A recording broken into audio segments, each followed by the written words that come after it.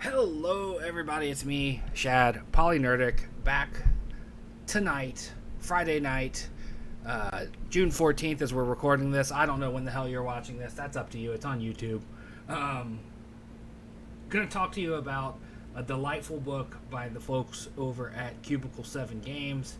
They have released a new 5e supplement. I backed it on Kickstarter. My name is in the book. Like that means something. It just shows you that I gave them money and they put my name in the book. It's quite nice. It's called A Life Well Lived. It's available now on their store. You can get it in PDF and hardcover. I've had the PDF for a couple months, but this week the beautiful hardcover. I mean, look at that. That little bit of glossiness on the characters just makes it, in my opinion. They're a little upraised, and it's just a really beautiful cover. If you've been with the channel long enough and watched me babble about TTRPGs long enough, you know that a couple months ago I did a video on my favorite non-WotC 5e books, Uncharted Journeys. Same folks made this book. We're not going to talk about the entire book tonight because I just wanted to make a character in it. I wanted to show... Well, both I wanted to make a character in it, and I just wanted to do a video to show how it works. This is not paid advertisement. Again, I paid for this. I backed it. I have the PDF. I have the physical copy. I'm not going to show anything out of the book directly. I do have up on the other screen, if you will, the scene. I have it set up that there's a notepad section and a dice roll section. So you can see me roll the dice, and then I'm going to pull directly from what's in the book. I'm probably going to paraphrase because some of the entries are very long. But this book, A Life Well Lived, it kind of takes... D&D did it a little bit. I believe they called it their Heroic Chronicle, where they took it and you could use dice rolls to help build out your character. For those of you that, maybe you're just not in the mood to create a character from scratch, or maybe you just want to randomize it a little bit, whatever your rationale may be, that system, I know one of the Critical Role books had it, and I think it was Tasha's or Xanathar's book. One of those two books also had it in it, and it was just a neat little different way to make your character. And this book is kind of the same thing at the beginning, the life path portion of it.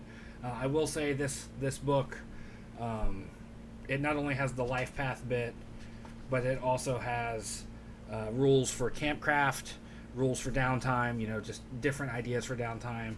Some stuff about base building, which I would have found really, really, really handy a couple years ago when my players were turning the inn in a dragon heist into a keep after some things happened.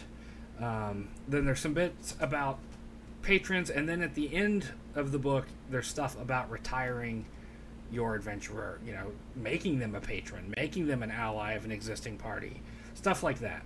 But we're going to focus on the life path bit, the first chapter of the book.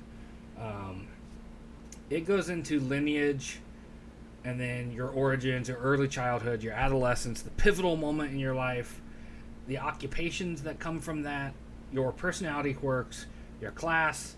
What was your call to adventure? Every hero, every adventurer has to have a call to adventure. Attribute scores we won't get too much into. And then the finishing touches, like the lies we tell ourselves, our skeletons in our closet, and then our short-term, long-term goals. And then there's a couple party-centric stuff that won't apply today. I love character creation. It's one of my favorite aspects of tabletop RPGs. It's honestly, it ties into why I have so many fucking minis everywhere, because I like to get minis or make minis for characters that may never see the light of day, but it amuses me, it satisfies me, and it's just fun. It's relaxing. So let's get into it. Let me switch screens here. Apologies for that. As you can see, we've got my notepad, and underneath, to my side here is the notepad where I shall be placing notes, and beneath me is the dice roller. So one thing I will say about A Life Well Lived is it very heavily leans on the player handbook stuff, i.e., the stuff that's available in the SRD.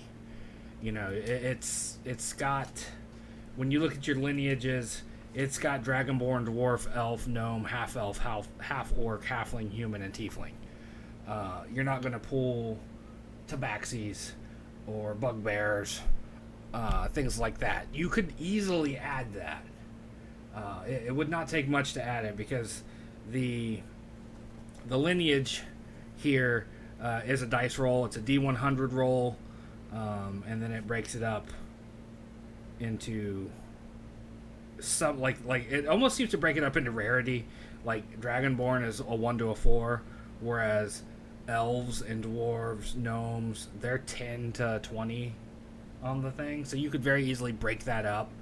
Or if you're playing in a homebrew world where, let's say, Dragonborn are more prominent, you can swap that around and, you know, give them a 20 chunk on the roll. So let's start there. Let's start with our dice rolls, and we're gonna roll a D100.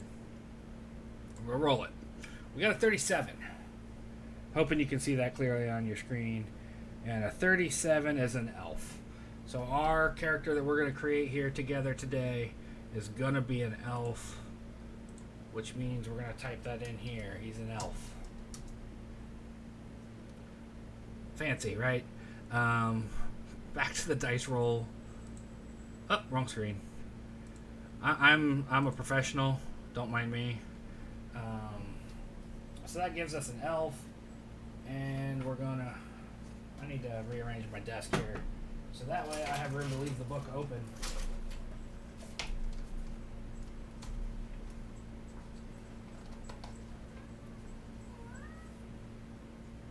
Okay, and then the book goes into the usual elf stuff. Size is medium. I have dark vision. I can learn one cantrip of my choice from the wizard or druid spell list. Intelligence is automatically the spellcasting ability.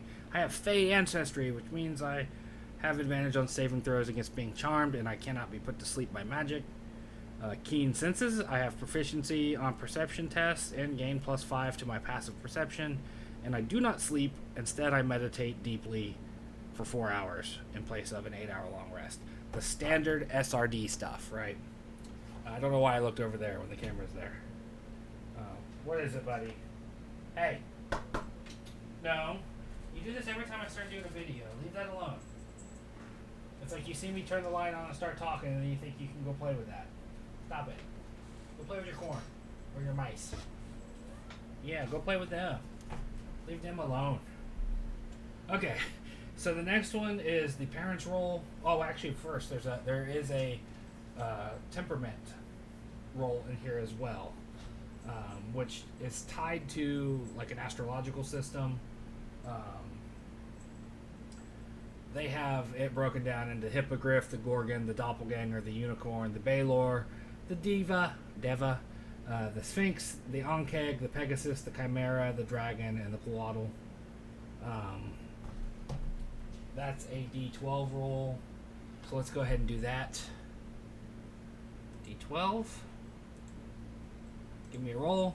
We rolled a 7. So that is the Sphinx. That is a Libra, or the scales. It gives me the traits of measured and naive. We should probably type this down. The Sphinx, which equals measured and naive, with a +1 to charisma, +1 to cha or riz if you're youth. It says the mighty Sphinx is a cunning riddle maker, vigilant guardian, and diviner of truth. Marked your birth. Despite your natural gift for insight, you frequently find yourself wanting to believe the best of people. I guess that's what they mean by naive. Our next roll is for our parents. And it is weirdly a D100 roll for 37. That means I was raised by elves.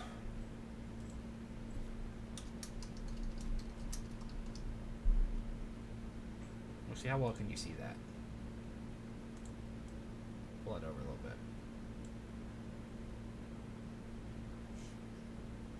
Okay, yeah, you can see the rolls. That's the important thing. You can see my rolls over here. Back to it. Prosperity is the next bit. It talks about the economic circumstances with which you were raised. That's another D100 roll. So we're going to do that. That time we got an 8. It means we were raised in poverty. I was a poor boy. Or gal. We haven't decided yet. Poverty. My upbringing, that is a D4.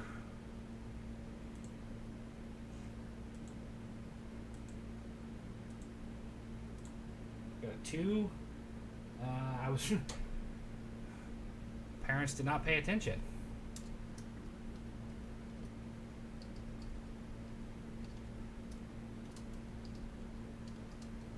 We're aloof.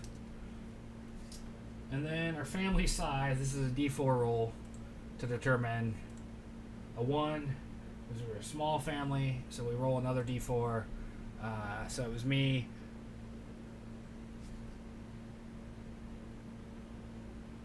Okay, so just me and my parents. That's what the 2 means there. Just my parents and myself. So just a family of... I was the only child. Only child. Probably good since the parents were aloof that they didn't have a bunch of children. And then next it says we roll in the family bonds. So that's a D20 roll. Now I say because there's only the 3 of us, I'm only gonna roll... I'm gonna roll twice. I'm gonna alter from what the book says here. I'm gonna roll twice, once for each parent. So father, mother. If I can type. Father was on the D20.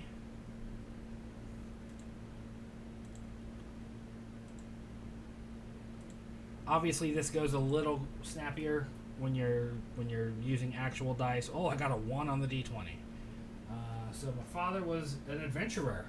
Could explain why he was aloof.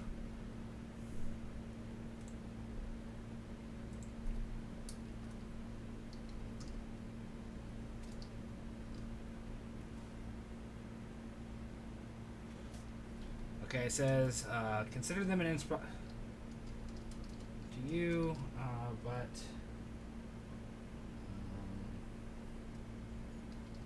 absent as a result. And dear old mommy dearest here, what's her story? She pulls a 4.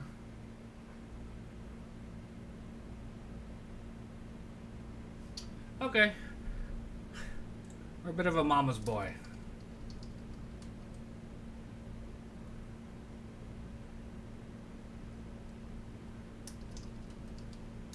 Bear to think of life without them.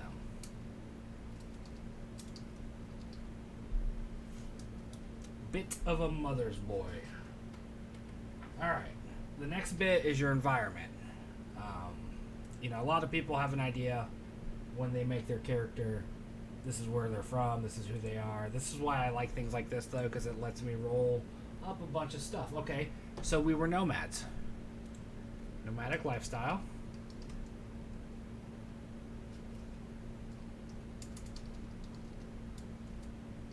I did one earlier tonight where I was a half-orc who was a farmer. But yet, thanks to the dice rolls, I ended up being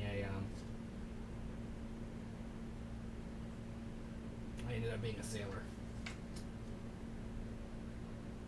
So we're nomadic. My childhood event.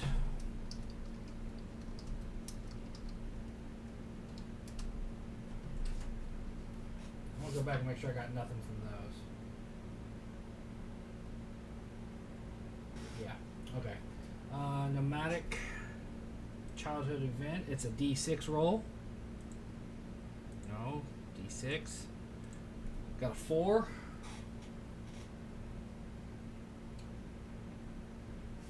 Okay, as a storyteller of your people.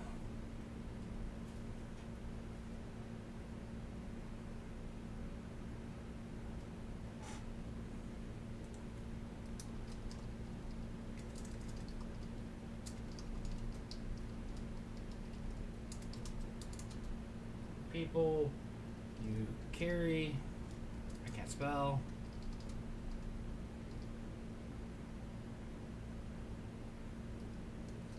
With you, cultivated over your childhood, and repeated every night. Int goes up by 1. Adolescence.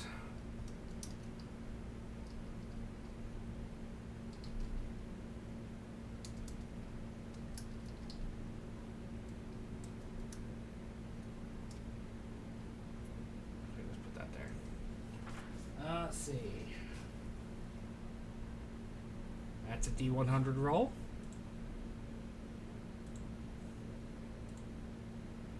Roll. Got a 24.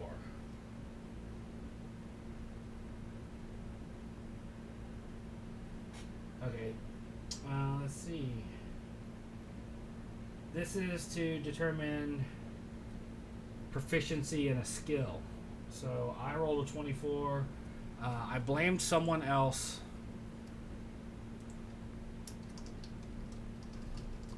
Something I did.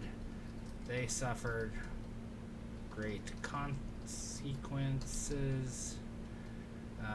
That equates to prof in deception.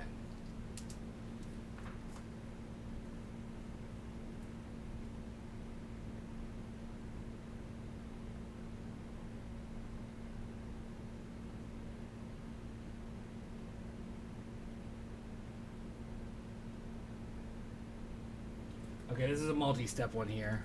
This is my life lesson.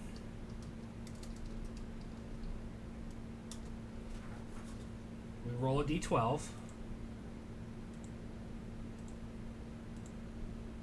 Rolled an 11. Protector.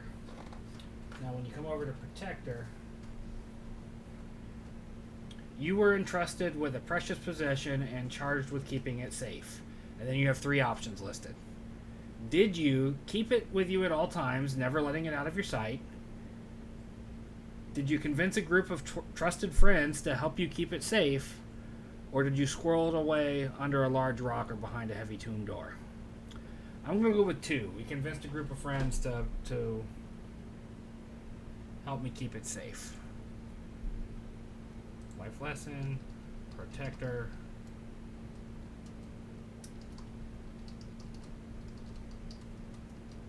Assist in keeping.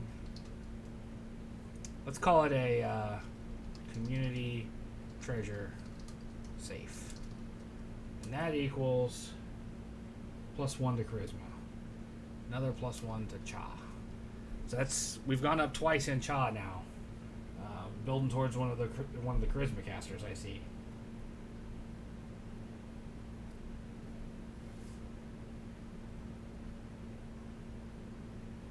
Now our pivotal moment is next.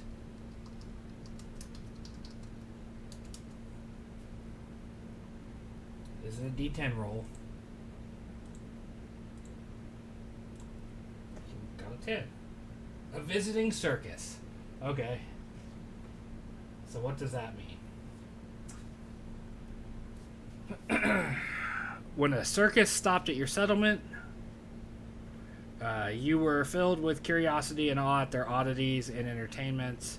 With promises to whisk you away to distant lands, you decided to run away with the circus and spend some time among them. They allowed you to pursue a career as an actor, a grifter, or a toy maker. You spent considerable time with performers, from knife throwers to sword swallowers, many of whom, like you, left their often distant homes behind. You heard tales of their homelands, came to appreciate their skills, and even picked up a few words of their native tongues. You gained proficiency with short swords, scimitars, whips, or a language of your choice. Additionally, you have a set of juggling balls given to you. What? I'm fucking 12. I giggled at balls. Given to you by a carny who left the business, promising they would give you good luck. So, actor, grifter, or a toy maker. So they see how that rolls into your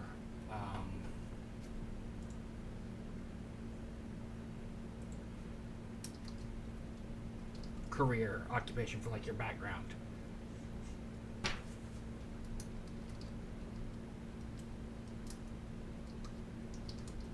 Remember, learned.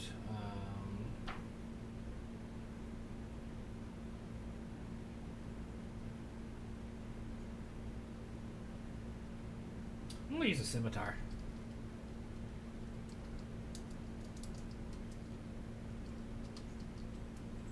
Let's see.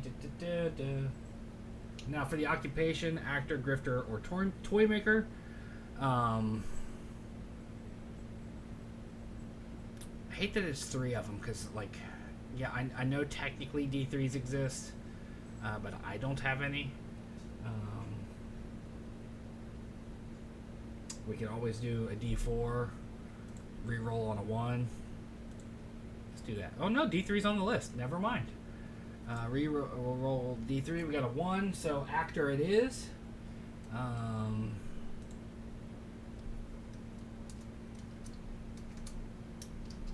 Actor. That means we get disguise kit proficiency.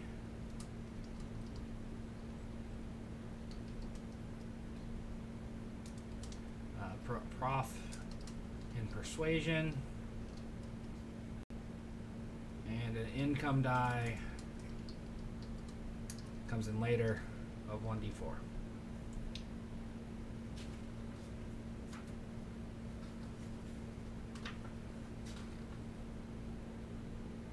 Next is our quirks.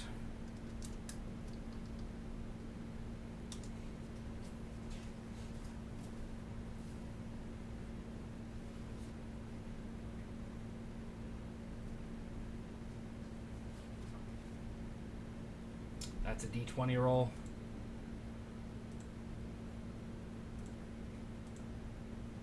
And 19. Smuggler. We got Smuggler as a quirk. So, as an expert in concealment, you are a deft hand at avoiding detection from prying eyes. You can spend an action to hide a tiny object on your person, such as coins or a pocket knife. An item hidden this way cannot be detected by non-magical means. Smuggler. Can hide a tiny object on my person. Cannot be detected by non-magical means. Cool. Alright, and now for class. When I did this for myself, I rolled, because it's got the 12 base classes, Artificer, or Mechanist if you're playing Tales of the Valiant. Is not listed, but I figure since we've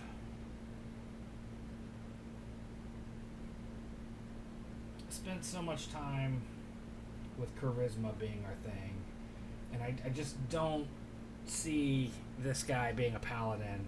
I think he's gonna be a warlock. We'll figure out of whom later. And we get +1 charisma there too.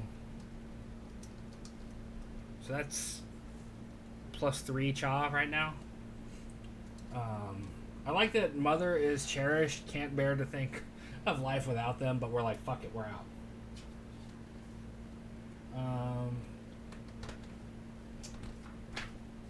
Next we get our call to adventure. You know what, I'm going to say, thematically, if I were playing this character, Mom came with us. You know? When we went and joined the circus, Mom came too.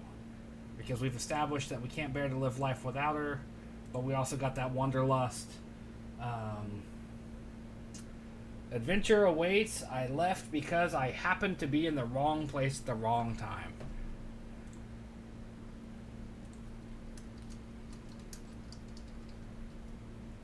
That's something to ponder.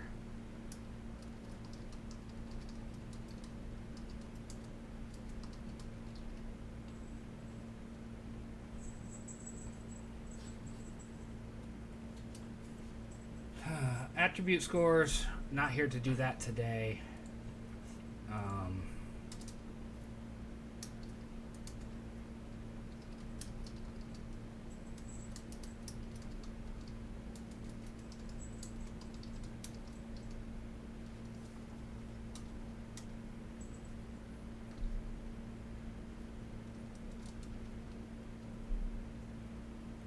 Pull that down a bit so y'all can see more. Let's see. The lies we tell ourselves. This is a fun one, in my opinion. This is a d20 roll. So let's d20. We pulled the 20. My fear will destroy me if I let it in.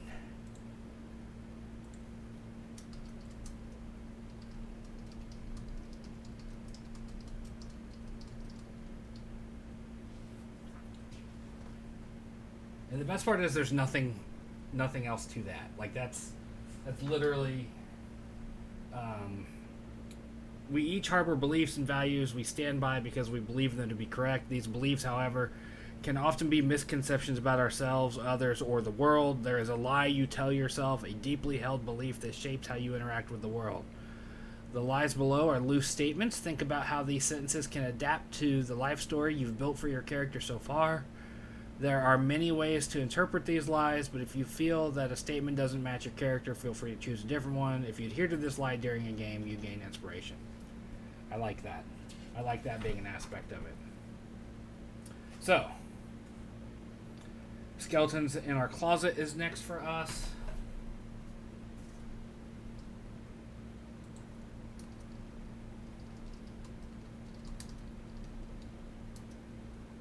I'm skipping the stuff that's about connections between the party. We'll talk about that in just a second. That which binds us is that section. D6.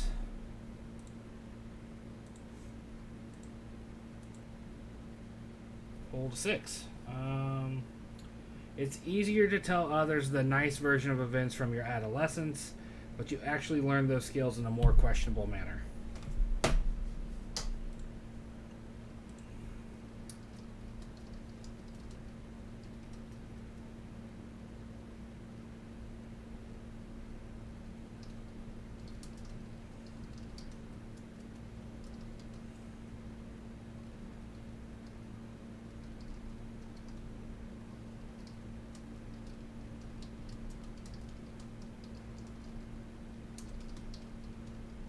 That's interesting.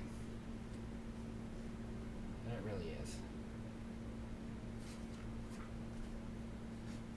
Yes, the next section is connections describe the links between your characters, how they met, or how they first learned to trust one another. These connections help you build shared stories that motivate the characters to stick by one another through dangerous adventures. Tell all the players in the group what they know about you before you set off on an adventure together, and then one by one, each player will forge a connection with each other. That's something that exists in Monster of the Week.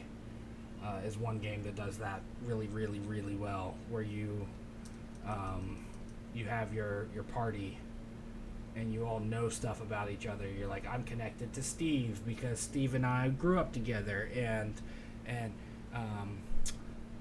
Megan over there, we met in the military, stuff like that. Personal goals. Let's see. Personal goals.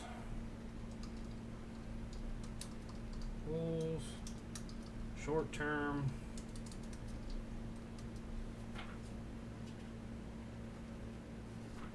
As I said, we're a warlock. That's a D6. Already on the D6, got a 5.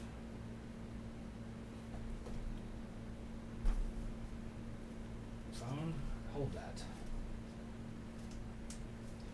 I don't like to break the spines of my books, but the problem is when you don't break them in, they don't lay flat. So it's like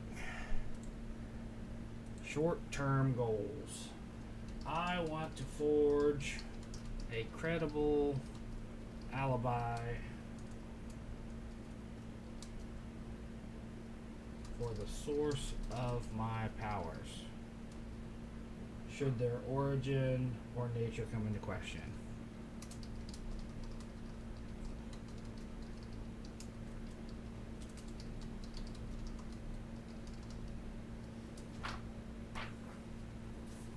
Long-term goals.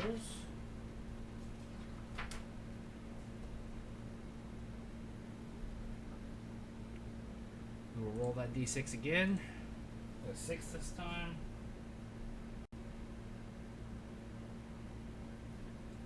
I made a pact in a moment of desperation.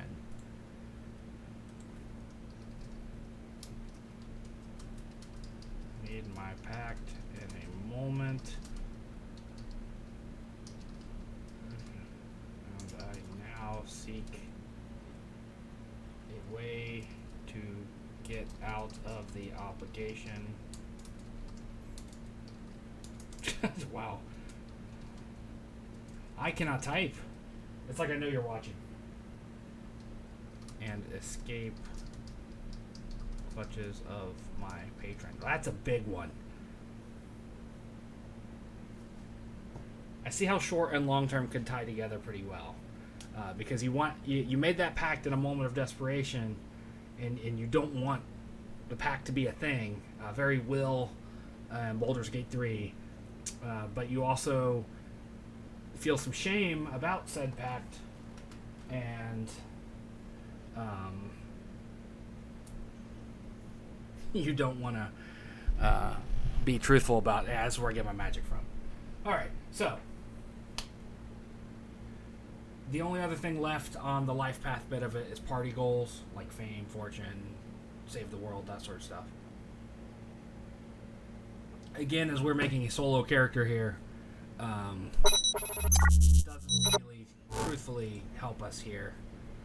I like what we have here. I like this character. I just seen my father is an adventurer, not an adventurer, an adventurer. So like Mad Men, I guess. Anyway, that's the framework for our character that we have made with a life well lived. I think. How long is this video going on? It's a half hour. I don't think. We'll do a second part to this video where I'll design the character in Hero Forge. Because I think that'll be fun. We'll do a name. We'll figure out some of those details. Like, I'm sitting here thinking right now, like what could I have done?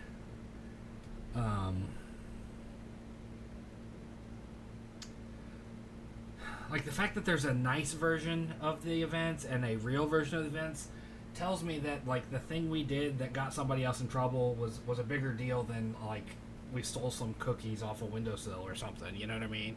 Like, somebody took a fall for this guy or gal. Probably guy. I think I want to make a guy. I want him to be a mama's boy.